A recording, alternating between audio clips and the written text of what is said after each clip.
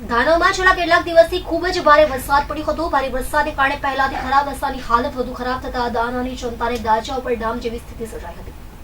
ચૂંટાયેલા પ્રતિનિધિઓએ દાનો કલેક્ટરને મળીને ખરાબ રસ્તા અંગે રજૂઆત કરી સમસ્યા દૂર કરવા માટે પ્રયત્ન કર્યો હતો, પરંતુ આ દિશામાં કોઈ ઠોસ કામ થયું નથી.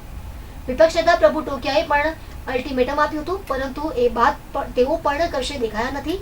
થોડા સમય પહેલા દાનાના એક કાર્યક્રમમાં આવેલ સુપ્રીમ કોર્ટના જજે પણ દાનાના રસ્તા વિશે ટકોર કરી હતી કે અહીં અમારા ડ્રાઈવરને ખાડામાં રસ્તો શોધવો પડ્યો હતો.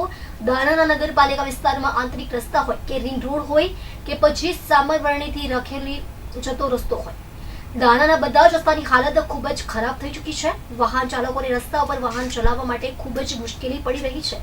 એક વાહન ચાલકે જણાવ્યું હતું કે ખરાબ રસ્તાને કારણે વાહનનું મેન્ટેનન્સ વધી ગયું છે અને સાથે સાથે કમરનો દુખાવો પણ શરૂ થઈ ગયો છે.